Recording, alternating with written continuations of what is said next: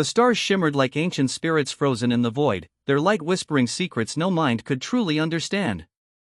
The Odyssey Wraith, a stealth-class deep space vessel, drifted silently toward the Andar-6 perimeter, a system quarantined by the Galactic Accord 2 centuries ago. Few ships had ever returned from it. Those that did carried tales of phantom signals, electromagnetic storms, and disappearances that defied physics and prayer. Commander Rhea Voss stood on the deck, staring through the viewport at the jagged asteroid field surrounding the red dwarf star that bathed the system in a constant dim rust glow. Behind her, the hum of the ship's quantum cores pulsed like a heartbeat, growing anxious with each kilometer closed. "Status?" she asked, not looking back. Lieutenant Halvorsen, her XO and a cybernetically enhanced tactician, replied, "We've entered the outer shell of the quarantine net. All passive scans show silence. But something's off. Sensors are glitching, showing distortions across the magnetic spectrums." Rhea's brow furrowed. Silence in space wasn't comforting. It was unnerving. Because out here, silence didn't mean absence. It meant something smarter than you was watching and hiding. Suddenly, the ship jolted. EMP ripple detected. Halvorsen barked. Localized. Origin dead ahead. It's a structure. Sir, it's not natural. The screen lit up with a magnified image. Half buried in an asteroid was a titanic hexagonal construct, miles wide. Covered in blue-veined runes, it pulsed with an eerie luminescence. Metal, but not forged. Organic, yet machine. It was a base, camouflaged for eons, until they had trespassed into its forgotten domain. "Scan it." Carefully, Rhea ordered. No response. No signals. "It's dormant. But there's a docking bay." "It's opening for us, Commander."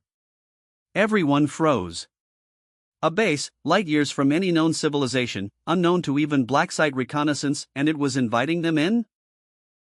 Lieutenant Ishii, the ship's xenolinguist, whispered, "The runes, they're old Prothean, but scrambled. As if rewritten by something not entirely sentient. Or corrupted." Rhea made her decision. "Prepare a boarding party. Full combat suits. I want AI interface drones at the ready. We go in, observe, document, and leave. No risks. If anything looks alive, we run." The docking bay yawned wider as if swallowing them whole. A soft, rhythmic thrum began echoing across their instruments, like the distant beat of a titanic heart. As the Odyssey Wraith glided into the base, the outer doors sealed shut behind them. The stars vanished. The ship was consumed by shadow. And then the lights came on. Inside the vault, walls curved with alien precision, adorned with carvings that shimmered when stared at. Holograms flickered like ghosts, showing scenes of galaxies and collapsing creatures unlike any catalogued lifeform dancing through wormholes. Something had built this place not as a shelter, but as a memory, or a tra. The metal ramp hissed as it extended from the Odyssey Wraith, connecting ship to station. A stale, unbreathable air met the boarding party's pressurized helmets, filled with particles older than any known civilization. The chamber beyond the dock glowed with faint ultraviolet hues, illuminating intricate spirals etched deep into every surface, walls, floors, even the airlock seals. Commander Rhea Voss led the squad, her every footstep echoing through the colossal corridor ahead. The walls seemed to breathe, exhaling faint thermal pulses as if awakening from an ancient sleep. Behind her, Lieutenant Halvorsen monitored radiation levels while Dr. Ishii deciphered the impossible script flowing like liquid light along the walls. "Commander," Ishii said, her voice a whisper through the comms, "this language is changing as we move. The characters rewrite themselves, like they're reacting to our presence." "Keep scanning." "No touching," Rhea replied, her eyes fixed ahead. The corridor widened. They entered a cathedral-like space, an auditorium of silence. Hundreds of alien constructs hovered midair like suspended thought. Some resembled eggs, others fractured spheres, some mimicked human skulls except longer, with triple eye sockets and translucent bone. In the center stood a platform, circular and raised, pulsing softly in time with a distant, inaudible frequency. As the team stepped closer, the platform flared to life, casting a spectral light upward. An apparition formed, flickering, massive, a humanoid shape cloaked in shifting geometry. Everyone froze. Then the voice began, not sound, but vibration. The walls trembled. Bones rattled. Not a word, not a sentence, but an overwhelming emotion, remembrance. A wave of grief, ancient and heavy, filled every mind in the chamber. What is it? Halvorsen grunted, blinking hard as sweat beaded on his brow despite the temperature-controlled suit. It's a memory, Ishi said, eyes wide, an archive. A projection. The base is showing us something. The spectral figure raised its arms. The room changed. In an instant, they were surrounded by scenes from a forgotten war, millions of stars consumed by biomechanical fleets. An empire unlike any species known, gleaming and grotesque, engulfed entire solar systems in nanite storms. The spectral figure, they now understood, was once a guardian. A warden of knowledge, protecting something sacred. But it failed. The base, this vault, was its final act of defiance. A place to hide what couldn't be destroyed. The visions faded. What did we just see? Halvorsen asked, shaken. Ishi's voice was barely a whisper. That wasn't a warning. It was a confession.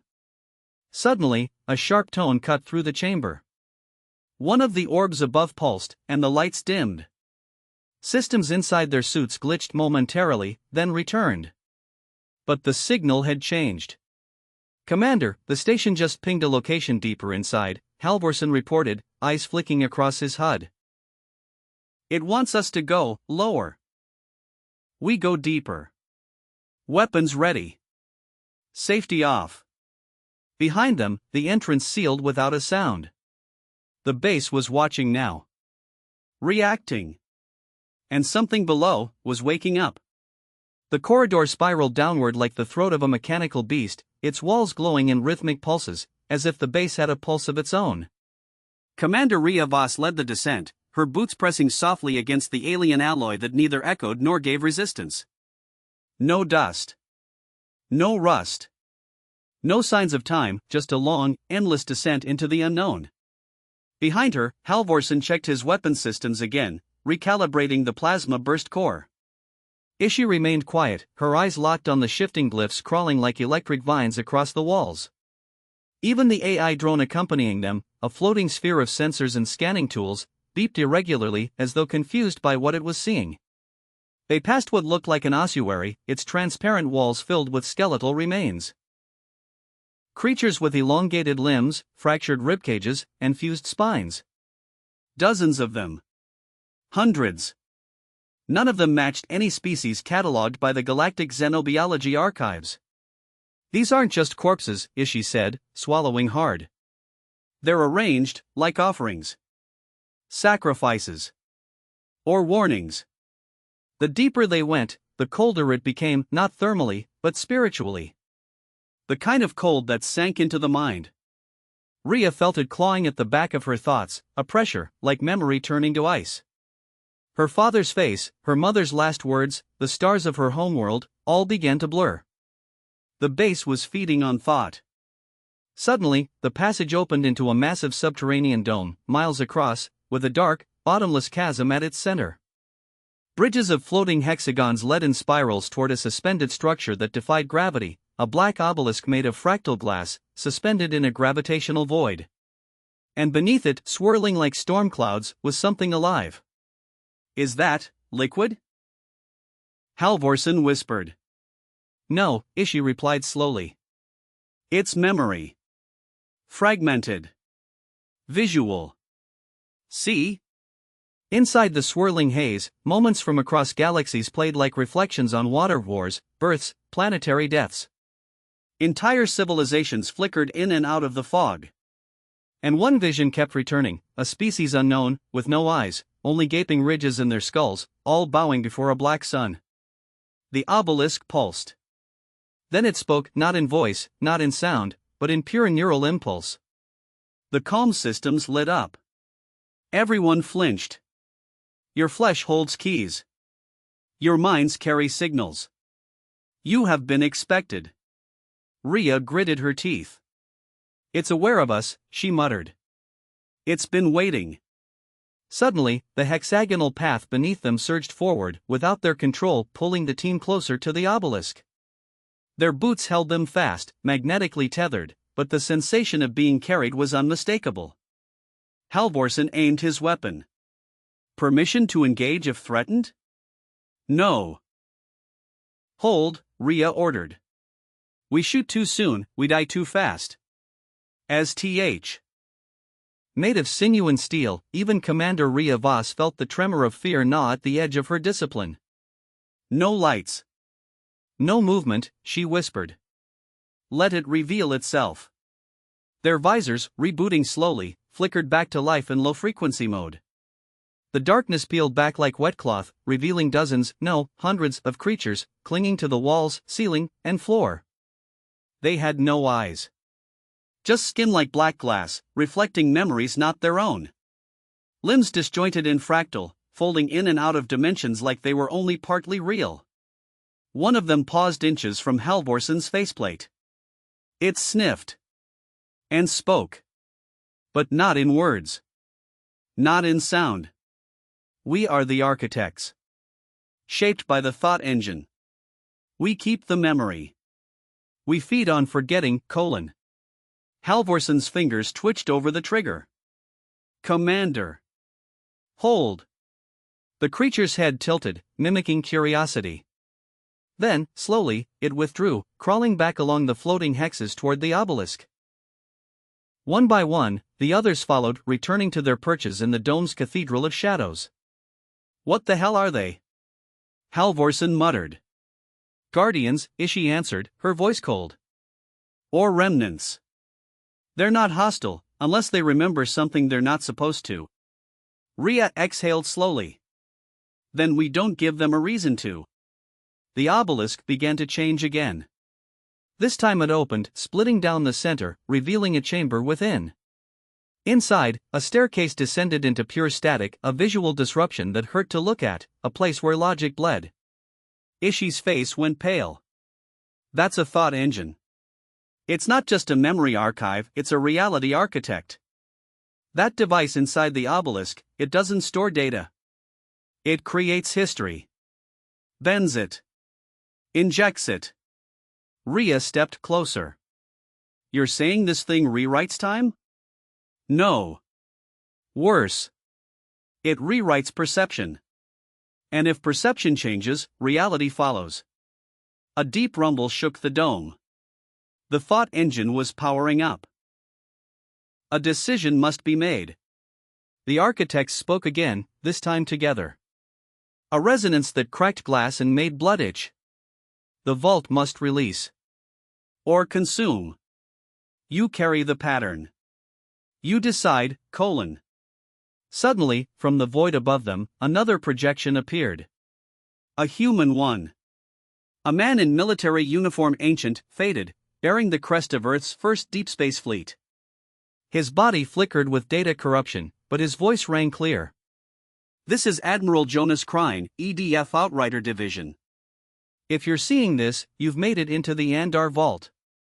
God help you. The projection blinked violently, struggling to maintain integrity. The vault was never meant to be opened. It doesn't just contain alien memory, it's a neural virus, a galaxy-wide failsafe. The thought engine was built to erase civilizations that posed a threat, by altering their own history from within. The Andar system was sacrificed to contain it. He looked directly at them. If you go further, you risk activation. And if it activates, it rewrites everything. Including E. She turned toward the chasm of static. The only way forward is in. And one by one, they stepped into the unknown.